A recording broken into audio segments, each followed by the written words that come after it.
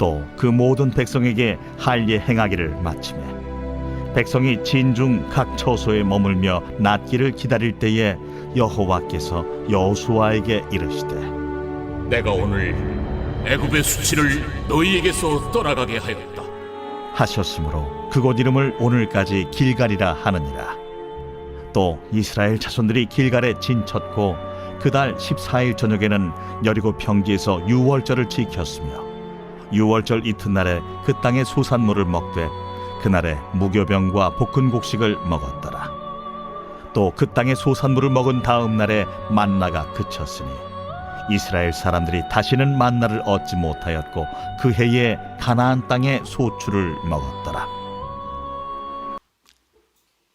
이스라엘 백성들에게 하나님께서는 곧바로 가나안 정복을 허락하지 않으시고 요단강을 건너고 난 이후에 요단강에서 여리고를 바라보는 그 사이에 길갈이라는 곳에서 여기서 일정 기간을 머물게 하셨습니다. 이 길갈이라는 곳에서 그들이 하나님의 명령을 듣고 순종했던 것은 할례를 받는 것이었죠.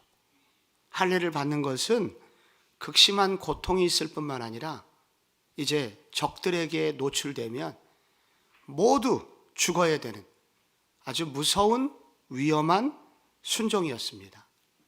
그런데 하나님께서 그것을 요구하신 것은 이 요단강을 건너는 과정의 그 모든 은혜, 사실 조금 더 깊이 들어가면 우리가 주일에 언약궤를 다뤘었는데 정말 우리로 말하면 예수 그리스도의 십자가의 은혜로 구원받은 그 사실을 뼛속 깊이 새기는 시간입니다.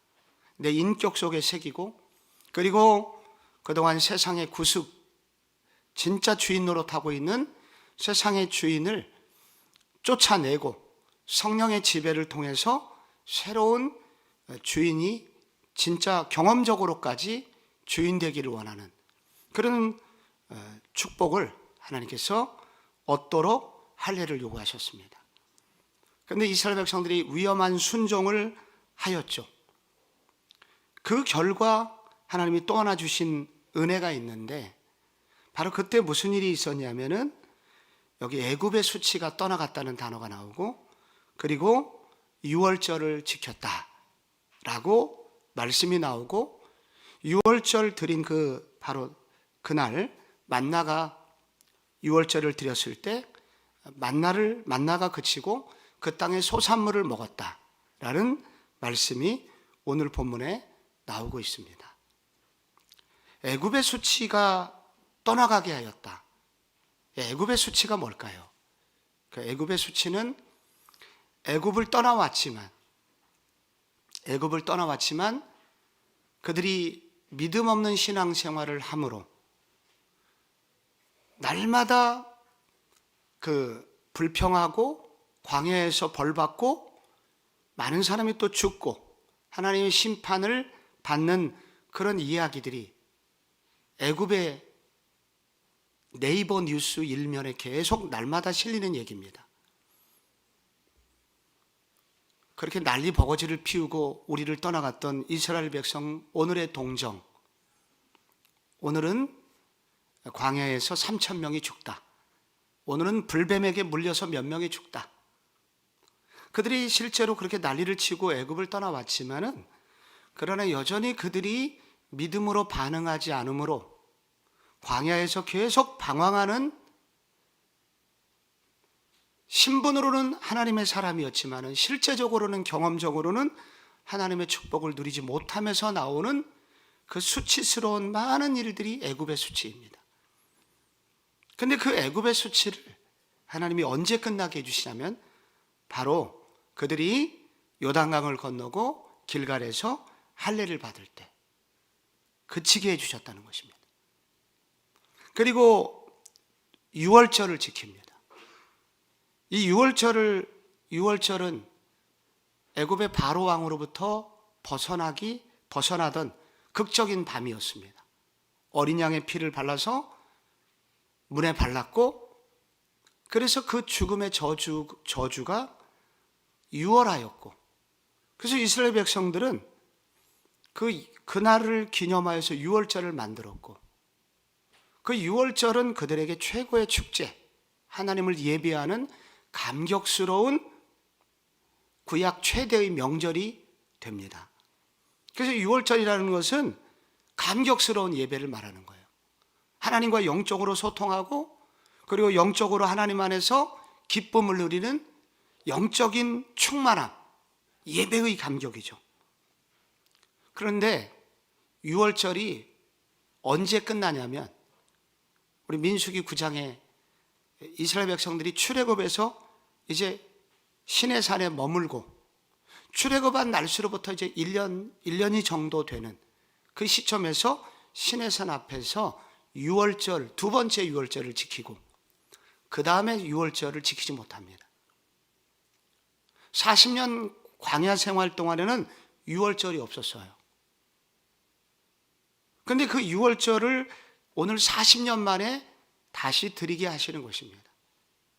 그래서 이 6월절을 이 시점에 하나님이 허락하신 것은 뭐냐면 이 하나님과의 이 뜨거운 소통, 이런 하나님을 예배 안에서 기뻐하고 이런 예배의 회복과 그리고 이와 같은 영적인 감격을 누리게 되는 축복은 아무에게나 주어지는 것이 아니라 이렇게 길갈에서 할례를 결단하는 믿음의 결단이 있는 자들에게 하나님이 6월절의 은혜를 허락해 주셨다는 것입니다.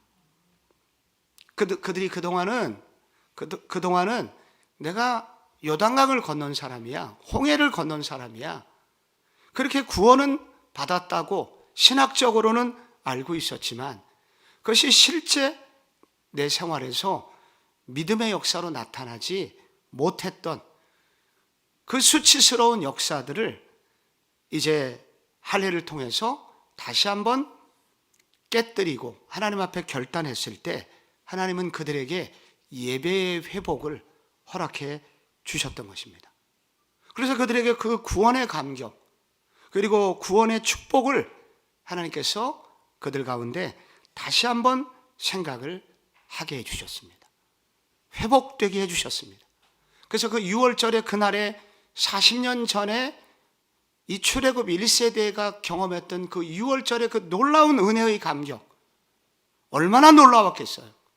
죽음의 사자가 지나가는데 하나님께서 우리에게는 이 심판이 임하지 않고 죽음이 임하지 않고 자녀가 온전히 살아서 함께 살아있는 모습만 봐도 얼마나 감격했겠어요. 그런 놀라운 은혜, 이런 감격을 이스라엘 백성들에게 허락해 주셨다는 것입니다. 그래서 오늘 이 본문은 예배의 감격은 아무나 누릴 수 있나? 라는 질문을 던집니다. 내가 그냥 오늘 예배 드려주면 여러분 그때 예배의 능력이 나타나고 예배 가운데 하나님이 임재하셔서 그들을 만져주시고 그들에게 말씀하시고 앞길을 인도하시는 그런 일이 아무에게나 일어나나? 그렇지 않다는 겁니다. 성경은 그렇게 말하지 않아요. 이런 예배의 은혜와 예배의 감격은 누구에게 오냐면은 이 할례의 그 아픔으로 죄를 끌어내고 그리고 내가 단지 구원받는 걸로 만족하지 않고 구원이 일어나도록 은혜 베푸셨던 그 하나님의 은혜, 신약으로 말하면 그 언약궤를 보고 건넜으니까 그 우리를 위해서 돌아가신 예수 그리스도의 그 은혜가 정말로 내 내면의 인격 속에 깊이 자리 잡기를 원하며 그래서 내 인생은 정말로 말씀 없이는 살아갈 수 없습니다 하는 이 할례의 그런 그 잘라내는 그런 결단이 있는 것처럼 하나님 앞에 이렇게 몸부림을 치고자 하는 성도에게 하나님은 6월절의 감격, 이 예배의 감격을 회복시켜 주신다는 것입니다. 많은 분들이 교회를 비판하는 것을 전 들어왔습니다. 신앙생활을 오래 하다 보니까 요즘 교회가 이렇다느니 저렇다느니 예배가 죽었다느니 교회가 죽었다느니. 그런데 그렇게 말하시는 분이 공통점이 있어요.